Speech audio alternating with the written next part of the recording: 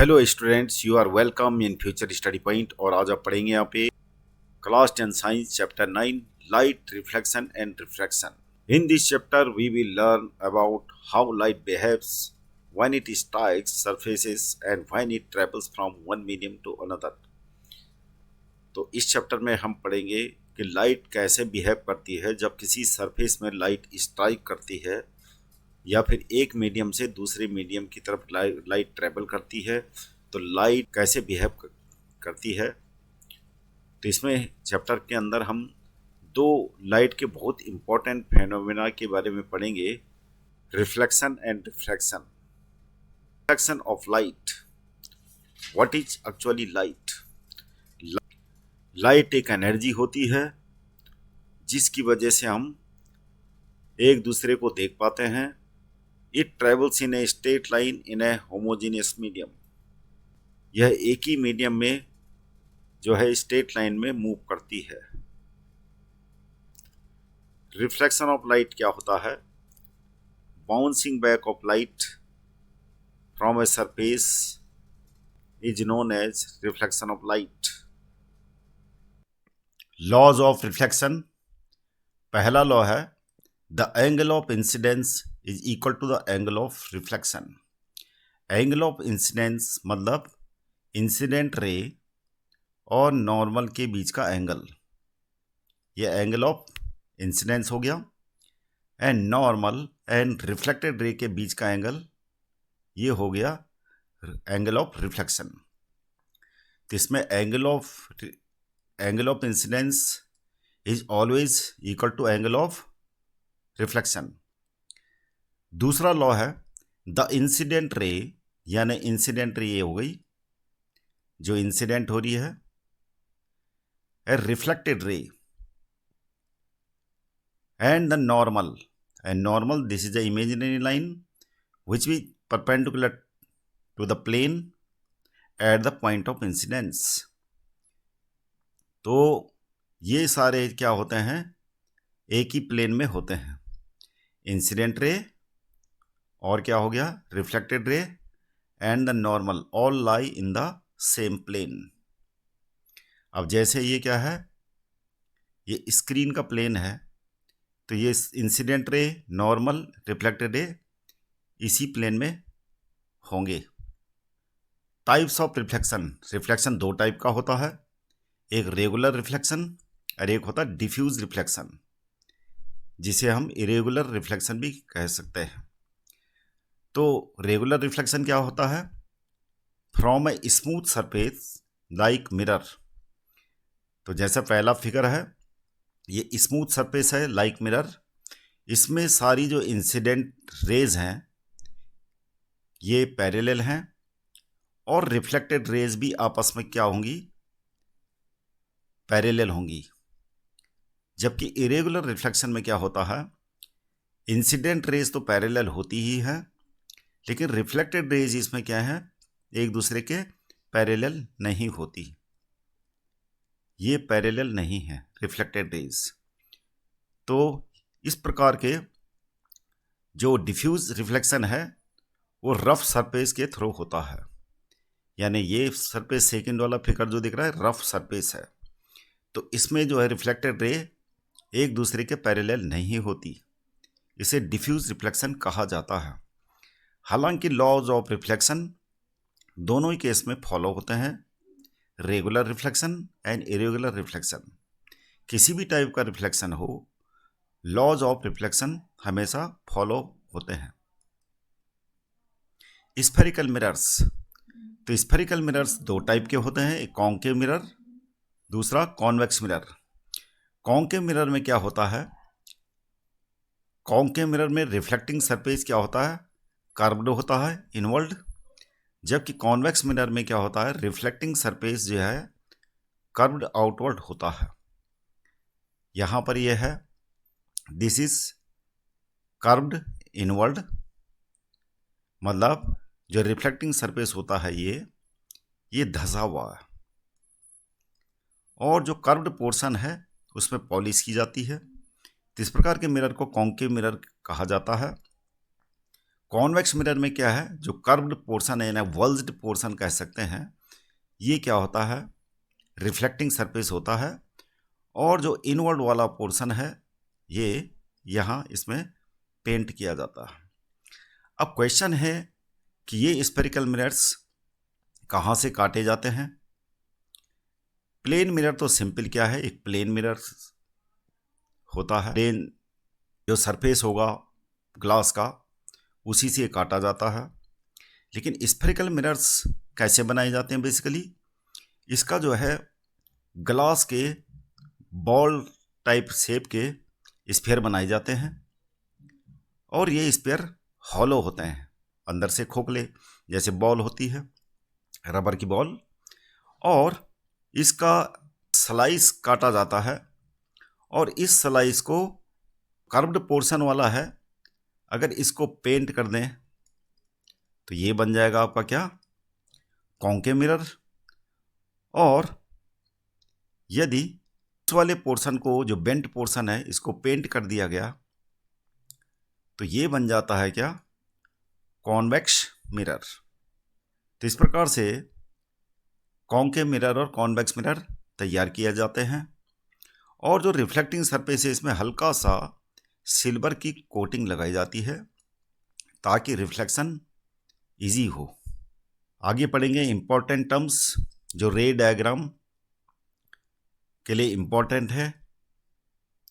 तो यहाँ पर जो मिरर का मिडिल पॉइंट है इसको बोला जाता है पोल, और जिस स्फीयर से ये मिरर काटा जाता है उस स्फीयर का जो सेंटर होता है उसे बोलते हैं सेंटर ऑफ कर्वेचर, और सी और पी के बीच की डिस्टेंस को बोलते हैं रेडियस ऑफ कर्वेचर। सी और पी के बीचों बीच मिड पॉइंट जो होता है उसको फोकल पॉइंट कहा जाता है, और एफ और पी के बीच की डिस्टेंस को क्या बोलते हैं, फोकल लेंथ बोलते हैं। और पोल से जाने वाली बीचों बीच जो हॉरिजॉन्टल लाइन है इसको बोला जाता है principal axis. Image formation by spherical mirrors, use of ray diagrams to locate the image. अमूमन कॉन्केव मिरर जो होता है इसमें रियल इमेज बनती है, और इन्वर्टेड बनती है, और मैग्नीफाइड बनती है। लेकिन कुछ कुछ पोजीशन ऐसी हैं जहाँ पे ऑब्जेक्ट को रखने पे इमेज वर्चुअल बनेगी इमेज, और डिमिनिश्ड भी हो सकती है। कि कॉन्वेक्स मिरर के केस में हमेशा वर्चुअल, इरेक्ट और डिमिनिश्ड इमेज बनती है। तो डिमिनिश्ड का मतलब होता है बच्चों ऑब्जेक्ट की हाइट से छोटा, यानी इमेज अगर ऑब्जेक्ट की हाइट से छोटा होगा तो हम क्या बोलेंगे, डिमिनिश्ड। कॉन्केव मिरर एक कॉन्वर्जिंग मिरर होता है, कॉन्वेक्स मिरर एक डाइवर्जिंग होता है। तो कॉन्वर्जिंग का मतलब क्या होता है, जैसे ये केस क्या है, कॉन्केव मिरर का, दिस इज कॉन्केव मिरर। तो ये कॉन्केव मिरर है, सारी इंसिडेंट रेज जो है पैरेलल हैं, और जब भी पैरेलल रेज इंसिडेंट होंगी तो ये फोकल पॉइंट से पास आउट होके जिस पॉइंट पे ये कन्वर्ज हो रही हैं, तो कन्वर्ज का मतलब होता है सारी रेज का इकट्ठे हो जाना, एक पॉइंट पर मिल जाना, इसको कन्वर्जिंग कहा जाता है। इसीलिए कॉन्केव मिरर क्या होता है, कन्वर्जिंग होता है, क्योंकि सारी लाइट रेज क्या है, एक जगह इकट्ठे हो रही हैं। जितनी सारी जो पैरेलल रेज जो इंसिडेंट हो रही हैं वो रिफ्लेक्ट होने के बाद एक पॉइंट पे यहाँ पे कलेक्ट हो रही हैं, तो इसलिए इसको कन्वर्जिंग बोलेंगे। यहाँ पर लाइट रे पैरेलल रिफ्लेक्ट होगी, और ये इस प्रकार से रिफ्लेक्ट होगी by following the rules of reflection, कि ये रिफ्लेक्टेड लाइट रे appears to be originated from focal point of the convex mirror. तो ये appears हो रही है कि फोकल पॉइंट से जैसे कि ये इमर्ज हो रही हो। प्रैक्टिकली ये लाइट रेज रिफ्लेक्ट हो रही है, यानी एक किस्म से ये रेज को फैला रही है। ये रेज क्या हो गई, फैल रही हैं, रिफ्लेक्ट होने के बाद, और इसीलिए हम इसको क्या बोलेंगे, डाइवर्जिंग। तो कॉन्वेक्स मिरर हमेशा क्या होता है, डाइवर्जिंग होता है। कुछ रूल्स हैं रे डायग्राम बनाने से पहले, वो ध्यान रखने जरूरी हैं। तो जैसे कोई लाइट रेस पैरेलल इंसिडेंट हो रही है तो वो हमेशा क्या होगी, फोकल पॉइंट से होते हुए पास आउट होगी। कॉन्वेक्स मिरर के केस में ये लाइट रे अगर पैरेलल हो रही है तो ये रिफ्लेक्ट इस तरीके से होगी, इसको एडवांस करके अगर हम आगे फॉरवर्ड करें तो ये फोकल पॉइंट से होते हुए जानी चाहिए। दूसरा रूल क्या है, अगर कोई लाइट रेस फोकल पॉइंट से पास आउट हो रही है तो वो रिफ्लेक्ट होगी प्रिंसिपल एक्सिस के पैरेलल। ये प्रिंसिपल एक्सिस है, तो प्रिंसिपल एक्सिस के पैरेलल ये रिफ्लेक्ट करेगी। कॉन्वेक्स मिरर के केस में ले लें, लाइट रे ऑब्लिकली इंसिडेंट हो रही लाइट रे, और जिसका जो है डायरेक्शन क्या है, फोकल पॉइंट की तरफ है, तो ये लाइट रे रिफ्लेक्ट होगी प्रिंसिपल एक्सिस के पैरेलल। तो ये चीजें ध्यान रखनी है रे डायग्राम ड्रॉ करते वक्त। तीसरा पॉइंट है, यदि कोई लाइट रे सेंटर ऑफ कर्वेचर से पास आउट हो रही है, ये सेंटर ऑफ कर्वेचर है, तो ये सेंटर ऑफ कर्वेचर के अलोंग ही रिफ्लेक्ट होगी। उसका कारण क्या है कि सेंटर ऑफ कर्वेचर के अलोंग जो लाइट रे इंसिडेंट हो रही है, नॉर्मल भी क्या होता है उसका, नॉर्मल और इंसिडेंट रे दोनों क्या होते हैं, कोइंसिडेंट होते हैं, और इसीलिए ये क्यों bye following the rules of reflection ये उसी रास्ते जो है बैक हो जाती है, यानी रिफ्लेक्ट हो जाती है। सेम केस कॉन्वेक्स मिरर के केस में ले लें, कोई लाइट रे डायरेक्टेड है towards the centre of curvature, तो ये उसी रास्ते क्या होगी, वापस रिफ्लेक्ट होगी। फोर्थ रूल क्या है, अगर कोई लाइट रे पोल में ऑब्लिकली इंसिडेंट हो रही है तो यहां पर प्रिंसिपल एक्सिस एक नॉर्मल का काम करेगा, इट विल बी नॉर्मल। तो क्या होगा, incident angle equal to reflected angle, तो ये क्या होगा, रिफ्लेक्ट होगी उसी एंगल से, जिस एंगल से प्रिंसिपल एक्सिस के साथ इंसिडेंट रे बना रही है, ये वाला एंगल, उसी एंगल से ये रिफ्लेक्ट हो जाएगी bye following the rules of reflection. Same case convex के केस में ले ले, ये ऑब्लिकली रिफ्लेक्ट होगी तो ये उसी एंगल से रिफ्लेक्ट हो जाएगी। अलग अलग पोजीशन में कॉन्केव मिरर के केस में ऑब्जेक्ट की अलग अलग डिस्टेंस में कैसी इमेज बनती है उसके बारे में डिटेल से पढ़ेंगे। तो कॉन्केव मिरर बच्चों सबसे ज़्यादा थोड़ा कॉम्प्लिकेटेड है, तो कॉन्केव मिरर का ध्यान में रखना अपने को, रे डायग्राम्स और बाकी का इजी होता है सारा। तो 2-3 पॉइंट ऐसे हैं जहाँ पे आपको ध्यान देना है। सबसे ज़्यादा एग्जाम में ज़्यादातर कॉन्केव मिरर का ही पूछा जाता है। अगर इनफाइनाइटी में ऑब्जेक्ट की लोकेशन हो तो लाइट रे पैरेलल दिखा देने आपको, और जो पैरेलल होंगी तो वो कहाँ से होते हुए जाएंगी, जो रूल है रे डायग्राम में आपने क्या पढ़ा था, फोकल पॉइंट से होते हुए जाती है। यानी जो भी पैरेलल रेस इंसिडेंट हो रही है वो फोकल पॉइंट से होते हुए ऐसे जाएगी। तो इसका मतलब क्या हुआ, इमेज कहाँ पे बन रही है, फोकल पॉइंट पे, जो बहुत ही छोटी बन रही है, एक पॉइंटेड साइज का इमेज बनता है इस केस में। दूसरा है when object is at beyond the centre of curvature. अब सेंटर ऑफ कर्वेचर ये है, centre of curvature, beyond the centre curvature मतलब सेंटर रेडियस ऑफ कर्वेचर से ज़्यादा डिस्टेंस में अगर ऑब्जेक्ट को रखा जाए तो इमेज कैसे बनेगी। एक लाइट रे आपको पैरेलल दिखा देनी है, जो पैरेलल होगी वो फोकल पॉइंट से होते हुए पास आउट दिखा देनी है। दूसरी लाइट रे क्या होगी, क्योंकि सेंटर ऑफ कर्वेचर के बियॉन्ड में है तो अगला कार्डिनल पॉइंट बी के बाद क्या है, सी है, तो एक लाइट रे यहाँ से दिखा देनी है आपको, और जो सी से होते हुए जाएगी उसी रास्ते रिफ्लेक्ट होके दिखा देनी है। दोनों लाइट रे जहाँ पे मिलेंगी वहीं पे ऑब्जेक्ट की इमेज बन जाएगी, जो क्या है, इन्वर्टेड है और डिमिनिश्ड है। डिमिनिश्ड मतलब ऑब्जेक्ट की हाइट से छोटी। When object is at centre of curvature,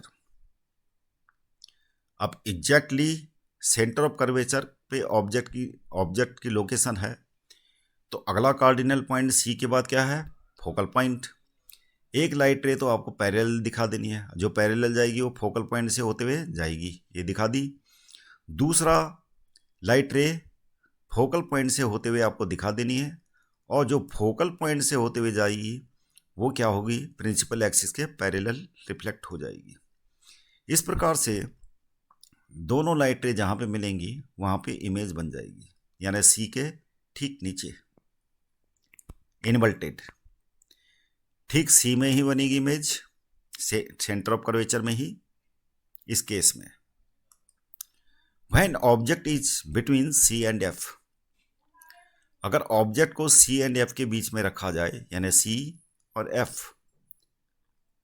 तो आपको क्या दिखाना है, इससे पीछे वाला का कार्डिनल पॉइंट क्या है, सेंटर ऑफ कर्वेचर, और अगला जो है एफ है, तो एक आपको दिखा देनी है पैरेलल, जो पैरेलल जाएगी वो फोकल पॉइंट से होते हुए जाएगी, ये दिखा देनी है।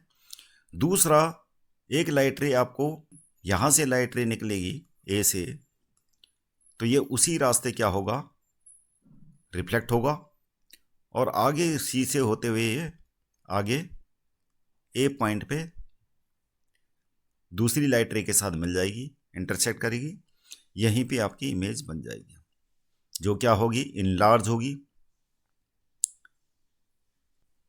When object is at F,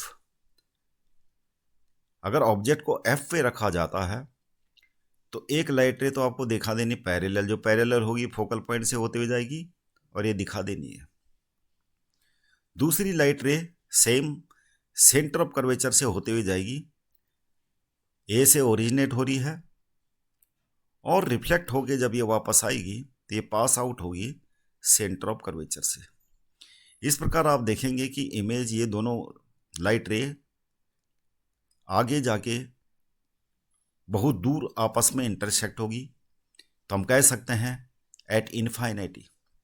image कहाँ बनेगी, इनफाइनाइटी में, क्योंकि ये दोनों लाइट रे लगभग पैरेलली होंगी।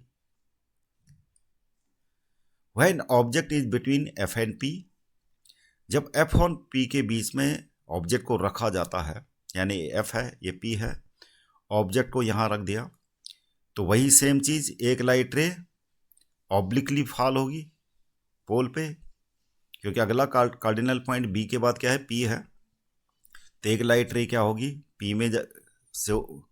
पी से रिफ्लेक्ट होगी by following the rule of reflection, तो angle i angle r equal दिखा देने हैं, और एक लाइट रे क्या होगी, ये ए से ओरिजिनेट हो रही है और रिफ्लेक्ट होके जाएगी सी से होते हुए।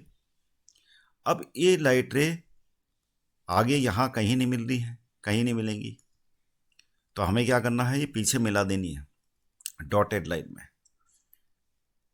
तो जाहिर सी बात है कि मिरर के पीछे इमेज बन रही है, और क्योंकि ये रियल नहीं है, ये डॉटेड लाइन रियल नहीं है, इसीलिए ये इमेज क्या है, वर्चुअल इमेज कहेंगे इसको, क्योंकि रिफ्लेक्शन के बाद लाइट रे आपस में नहीं मिल रही है। प्रैक्टिकली तो ये है, ये दोनों रिफ्लेक्टेड रेज हैं, तो इस साइड में तो ये मिलेंगी नहीं, तो फॉरवर्ड करके पीछे डॉटेड लाइन में आपने दिखा देना है। इस प्रकार दोनों लाइट रे पीछे, यानी मिरर के पीछे, बिहाइंड द मिरर इमेज बनेगी ए डेस्क बी डेस्क की फॉर्म में, जो एक वर्चुअल इमेज बनेगी। आगे है image formed by convex mirror at different position of objects when object is at infinity. तो एक लाइट रे आपको क्या दिखा देनी है, पैरेलल दिखा देनी है, ये पैरेलल लाइट रेज हैं, और ये रिफ्लेक्ट होंगी bye following the rules of reflection. ये इस तरीके से पैरेलल लाइट रेज इस तरीके से रिफ्लेक्ट होगी कि रिफ्लेक्टेड लाइट रे को अगर फॉरवर्ड आगे बढ़ाया जाए, एक्सटेंड करेंगे, तो फोकल पॉइंट से होते हुए जानी चाहिए। तो क्या कैसी इमेज बनेगी? ये इमेज बनेगी डिमिनिश्ड, यानी पॉइंटेड साइज में बनेगी। ये बहुत छोटी बनेगी पॉइंटेड साइज में। और दो ही केस हैं इसमें। दूसरा केस क्या है कि अगर पोल और इन्फाइनिटी के बीच में कहीं भी ऑब्जेक्ट को रख दें तो आपको एक लाइट रे, तो लाइट रे ये क्या है, पैरेलल है, इंसिडेंट होगी तो क्या होगी, ये इस प्रकार से रिफ्लेक्ट करेगी as it is appear to be originated from focal point. ऐसा प्रतीत होगा जैसे ये फोकल पॉइंट से इमर्ज हो रही है। ये रिफ्लेक्टेड लाइट रे जो आपको क्या है, ये आगे एक्सटेंड करके फोकल पॉइंट से होते हुए जानी चाहिए। दूसरी लाइट रे क्या है, आपको दिखा देनी है सेंटर ऑफ कर्वेचर से होते हुए, यानी ये ऑब्जेक्ट से इमर्ज करेगी लाइट रे और ये उसी रास्ते क्या हो जाएगी, वापस आ जाएगी रिफ्लेक्ट होके। और इस प्रकार से दिखा देना कि ये एक्सटेंड हो रही है, आगे एक्सटेंड करके सेंटर ऑफ कर्वेचर से होते हुए जानी चाहिए। तो कॉन्वेक्स मिरर में ये दो ही केस हैं। ऑब्जेक्ट को कहीं भी रख लेंगे तो एक लाइट रे आपको क्या दिखा देनी है, पैरेलल, और दूसरी लाइट रे सेंटर ऑफ कर्वेचर से होते हुए, जो कि उसी रास्ते वापस आएगी। कहीं भी ऑब्जेक्ट को रख लें तो इसमें दो ही केस हैं। अब है uses of concave mirrors. Concave mirrors are commonly used in torches, search lights, vehicles, headlights to get powerful parallel beam of light. अब होता क्या है, जैसे हेडलाइट्स है, ये हेडलाइट का केस ले लेते हैं।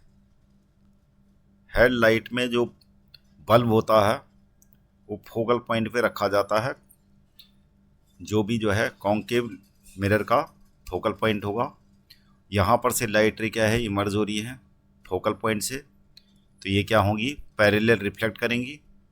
और इस प्रकार से लाइट जो कार के आगे है, पूरी रोड के आगे मैक्सिमम डिस्टेंस तक ये जो है फ्लैश साइन करेगा। तो इस प्रकार से ये वर्क करता है। और कॉन्केव मिरर का और भी यूजेज है। They are often used as saving mirrors to see a larger image of the face. The dentist use concave mirror to see large images of the teeth of patients. Large concave mirrors are used to concentrate sunlight to produce heat in solar furnaces. तो होता क्या है, जैसे ये pressure cooker है तो इसको concave mirror जो होता है उसको रिफ्लेक्टर कहा जाता है।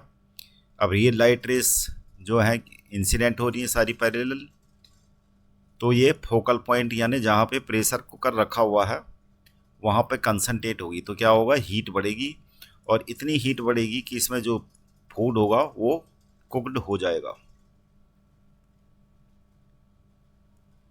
कॉन्वेक्स मिरर का इस्तेमाल होता है रेयर व्यू मिरर के रूप में व्हीकल्स में, क्योंकि उसका जो है ये इमेज क्या बनती है, डिमिनिश्ड बनती है और पीछे का पूरा व्यूज मिल जाता है।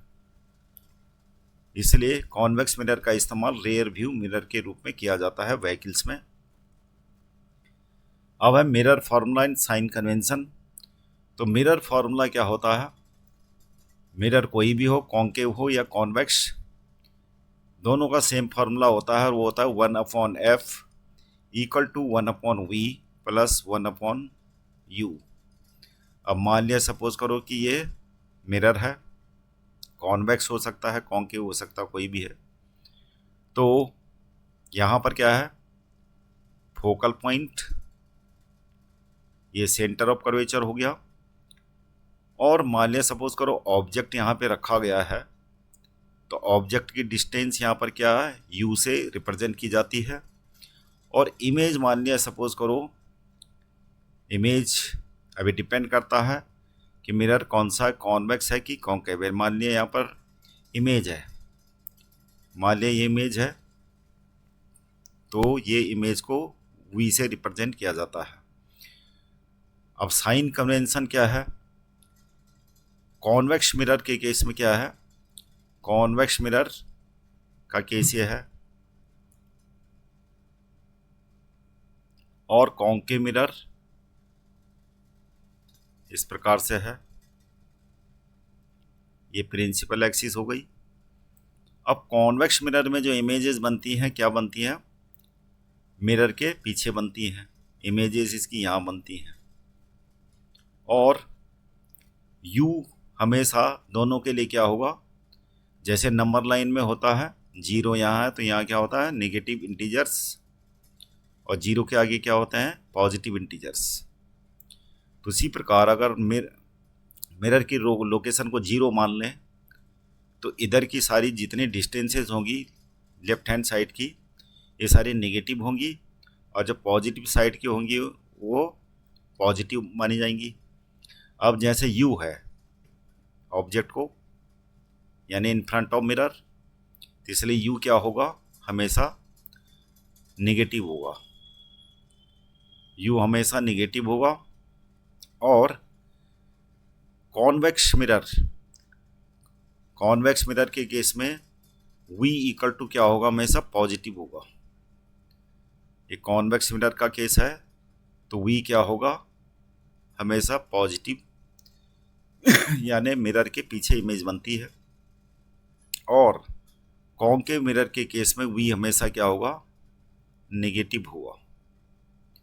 फोकल पॉइंट की जहाँ तक बात है तो फोकल पॉइंट कॉन्केव मिरर का क्या होता है उसके फ्रंट में होता है, इसलिए फोकल पॉइंट क्या होगा हमेशा कॉन्केव मिरर में हमेशा नेगेटिव होगा। और कॉन्वेक्स मिरर का फोकल पॉइंट कहाँ होता है पॉजिटिव साइड में यानी बिहाइंड द मिरर, तो इसका फोकल पॉइंट हमेशा क्या होगा पॉजिटिव होगा। तो यही साइन कन्वेंशन है मिरर की, जो चीज़ें आपको याद रखनी है। U सबके लिए नेगेटिव होगा, V जो है नेगेटिव कॉन्केव मिरर के केस में, और कॉन्वेक्स मिरर के केस में क्या होगा V पॉजिटिव होगा यानी इमेज हमेशा पॉजिटिव डायरेक्शन में बनती है, और फोकल पॉइंट हमेशा पॉजिटिव होता है कॉन्वेक्स मिरर में। कॉन्केव मिरर के केस में फोकल पॉइंट नेगेटिव होता है, बस यही याद रखना है साइन कन्वेंशन में आपको। अब है मैग्निफिकेशन का फॉर्मूला होता है मिरर में M equal to H dash upon H equal to minus V upon U। H dash क्या है इमेज का साइज, और H माने ऑब्जेक्ट का साइज। V क्या है image distance from the mirror, और U क्या है object distance from the mirror. Refraction of light, what is refraction? तो रिफ्रैक्शन की डेफिनेशन है bending of light when it passes from one medium to another medium due to change in speed. जब कोई light रे एक medium से दूसरे medium की तरफ जाती है तो वो अपने रास्ते से डेविएट हो जाती है। उसका कारण क्या है, हर एक मीडियम में जो है लाइट की स्पीड अलग अलग होती है। जैसे यहाँ पर एग्जाम्पल दे रखा है, ये एयर है और एयर से लाइट इंटर कर रही है वाटर में, तो यहाँ पर ये स्ट्रेट लाइन इंसिडेंट होगी जहाँ पर इंटरफेस है, दोनों मीडियम जहाँ पे मिल रहे हैं, और उसके बाद ये क्या होगी बेंट हो जाएगी अपने रास्ते में। एक्चुअल रास्ता क्या था ये था, और अपने वे से डेविएट हो गई एक एंगल बना के। तो इसी को डेविएट होने को हम क्या बोलेंगे refraction of the light. Refractive index indicates how much light bends. मान लिया सपोज करो ये दो मीडियम है, मीडियम 1 और मीडियम 2, और कोई लाइट रे इंसिडेंट हो रही है एक मीडियम से दूसरे मीडियम में इंटर कर रही है, तो ये हो गया नॉर्मल। अब डिपेंड करता है कि कितना बेंट हो रहा है लाइट रे, और जितनी ज़्यादा बेंट होगी, जैसे कि एग्जांपल के तौर पे यहाँ पे दूसरा पेयर है मीडियम का, ये 2 हो गया, ये 3 हो गया। मान लिया पहला वाला मीडियम हमने 1 ही रखा, ये एयर है, और लाइट रे यहाँ पर ज़्यादा बेंट हो रही है, ये ज़्यादा बेंट हो रही है। जितनी ज़्यादा बेंट होगी उतना जो एंगल होगा नॉर्मल और जो रिफ्रैक्टेड रे है एंगल उतना ही कम होता जाएगा। ये जितना ज़्यादा बेंट होगा, बेंट होने का मतलब ये इंसिडेंट रे का पाथ था, अभी ज़्यादा बेंट हो रही है, यानी ये एंगल ज़्यादा बड़ा है ये वाला, यानी एंगल ऑफ रिफ्रैक्शन उतना कम होगा। तो जितना कम होगा इसका मतलब क्या होगा, वो ज़्यादा बेंट हो रही है। तो इसका मतलब क्या है, मीडियम 3 का रिफ्रैक्टिव इंडेक्स क्या होगा, मीडियम 2 से ज़्यादा होगा। अगर रिफ्रैक्टिव इंडेक्स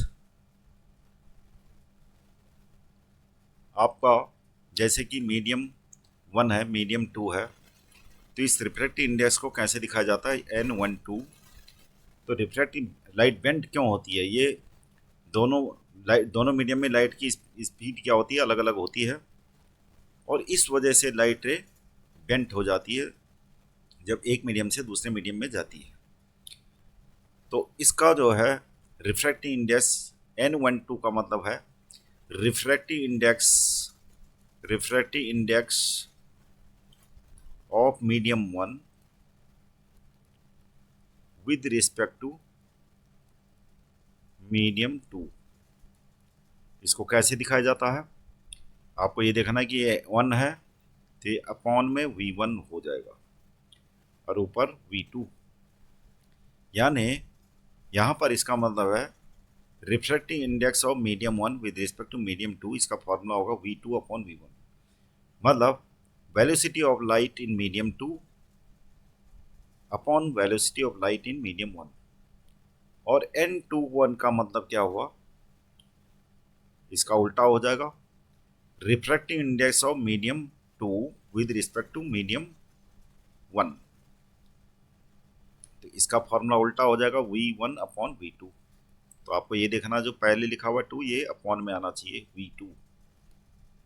और अगर मीडियम वन आपका एयर है, मान लिया सपोज करो कि रिफ्रैक्टिव इंडेक्स ऑफ ग्लास निकालना चाहते हैं आप, तो ये ग्लास हो गया और ये एयर हो गया। यहाँ पर लाइट रे इंटर कर रही है ग्लास में, तो यहाँ पर स्पीड चेंज हो जाएगी लाइट की ग्लास में इंटर करते ही।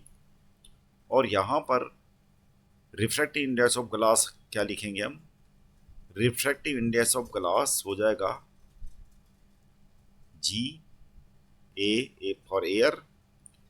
तो यहाँ पर यह हो जाएगा velocity of air upon velocity of, मतलब velocity of light in air upon velocity of light in glass.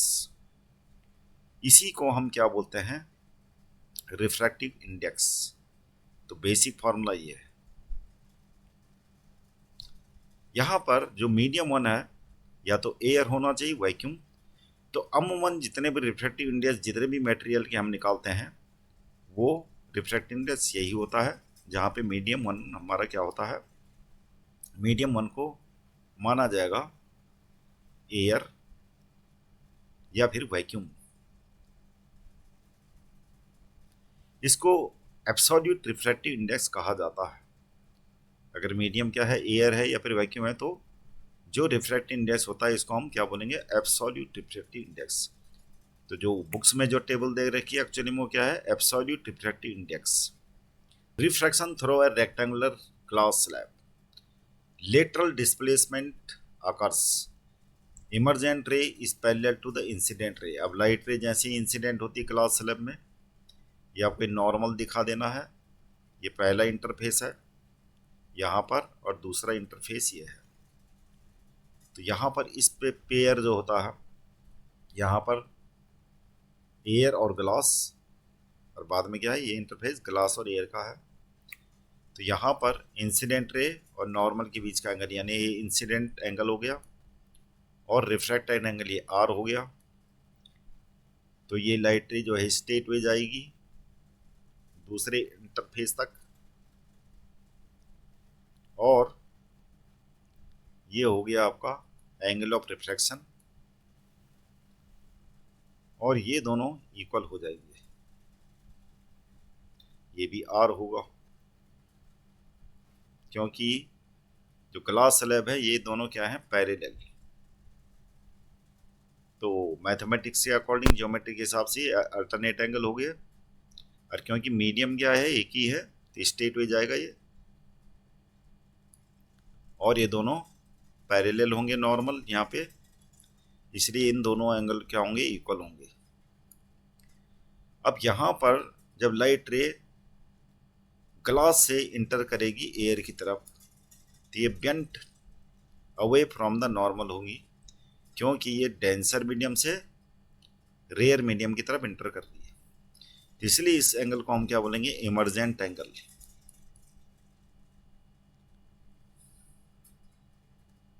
तो यहां पर लेटरल डिस्प्लेसमेंट की जहां तक बात है, जो एक्चुअल पाथ है लाइट रे का वो क्या है, ये है एक्चुअल पाथ, ये है ओरिजिनल पाथ, और इमर्जेंट पाथ ये है। इन दोनों के बीच का जो डिस्टेंस है, इसी को हम क्या बोलेंगे, lateral displacement. Refraction by spherical lenses. अब बात करते हैं लेंसेज की, कॉन्वेक्स लेंस और कॉन्केव लेंस। अंतर यही है कि ये ट्रांसपेरेंट होते हैं और कॉन्वेक्स लेंस इस तरीके का होता है, और कॉन्केव लेंस ये। कॉन्केव लेंस को डाइवर्जिंग लेंस बोलते हैं। डाइवर्जिंग का मतलब होता है जो रेस को फैलाता है, स्प्रेड करता है, और कॉन्वेक्स जो लेंस होता है वो रेस को क्या करता है, कन्वर्ज करता है, एक जगह इकट्ठे करता है। कुछ इंपॉर्टेंट टर्म्स हैं लेंस के केस में। तो जो लेंस का जो सेंटर होता है उसको बोलते हैं ऑप्टिकल सेंटर, ये प्रिंसिपल एक्सिस हो गई, प्रिंसिपल एक्सिस। फोकल पॉइंट क्या हो गया, ऑब्जेक्ट को हम क्या अमूमन तौर से इसके फ्रंट में रखेंगे, तो यू तो हमेशा माइनस ही होता है, साइन कन्वेंशन भले आप आगे पढ़ेंगे। फोकल पॉइंट इसमें दो होंगे, एक इधर बन रहा है और एक इधर, ये F1 हो गया फोकल पॉइंट 1, फोकल पॉइंट 2, और इसी प्रकार जे सेंटर ऑफ कर्वेचर की जगह में हम इसको 2F1 बोलते हैं, यानी फोकल पॉइंट के ट्वाइस डिस्टेंस। यहां पर इसको बोलेंगे 2F2,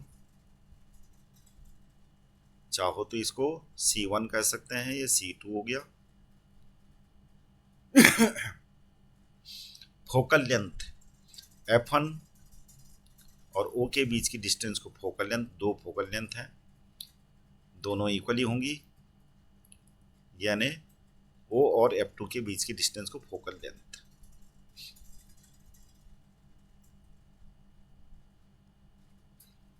Image formation by lenses uses ray diagrams to locate image. Convex lens can form both real and virtual image.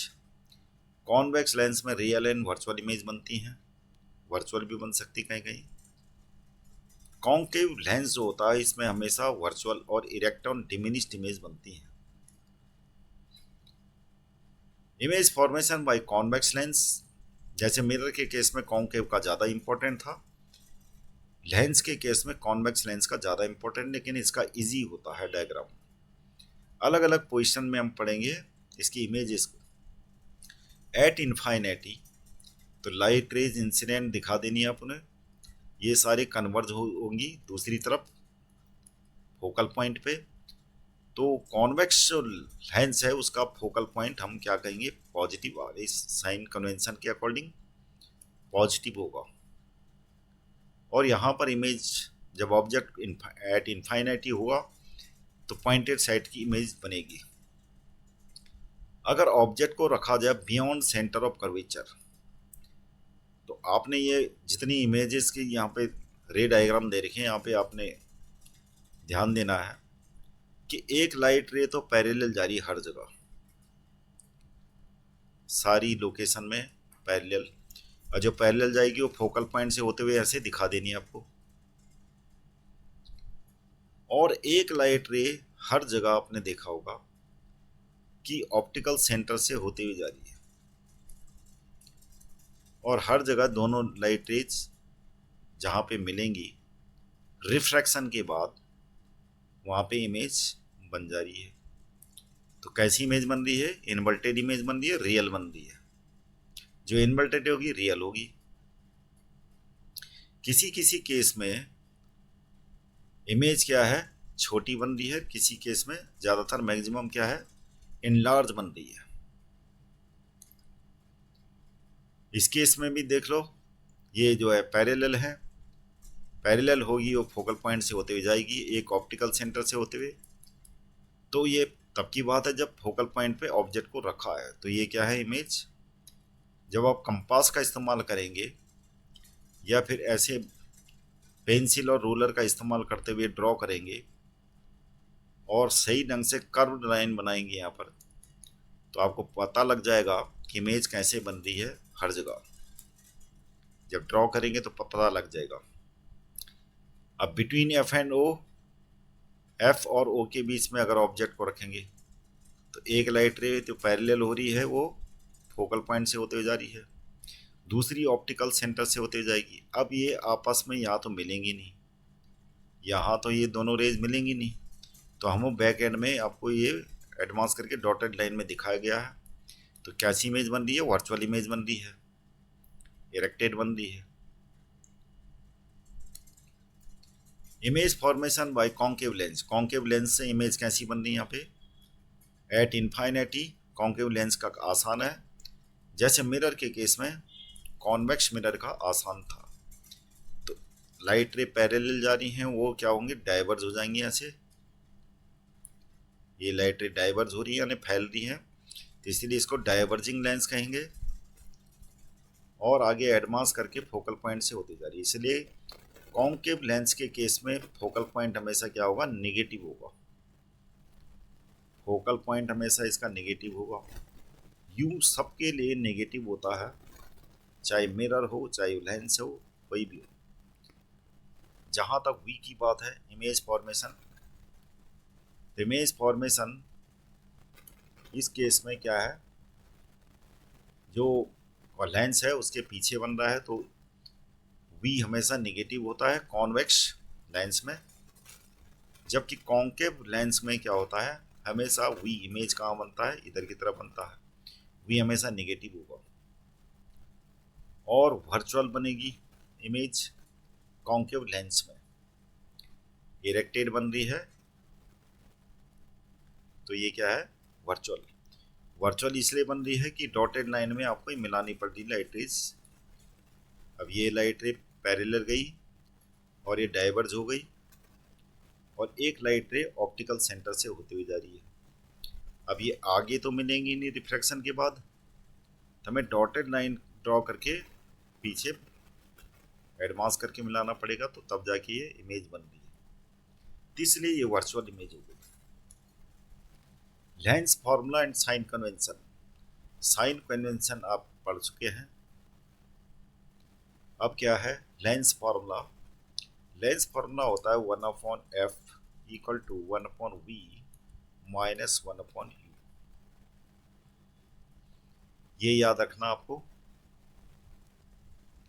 मैग्निफिकेशंस for lenses, तो मैग्निफिकेशंस का फॉर्मूला क्या होता है, सेम है, खाली माइनस नहीं लगाना है आपको h डैश अपॉन h और v upon u। u object की डिस्टेंस, v इमेज की डिस्टेंस, h डैश इमेज की डिस्टेंस, इमेज की हाइट, और ऑब्जेक्ट की हाइट हो गई h। एप्लीकेशंस लेंसेज का क्या होता है, स्पेक्टेकल्स में यूज किया जाता है, मैग्नीफाइंग ग्लासेस, कैमरास, माइक्रोस्कोप्स। अब है power of lens. Power is defined as the reciprocal of focal length because it indicates how strongly a lens can converge or diverge light. A lens with a shorter focal length bends light more sharply, showing greater power.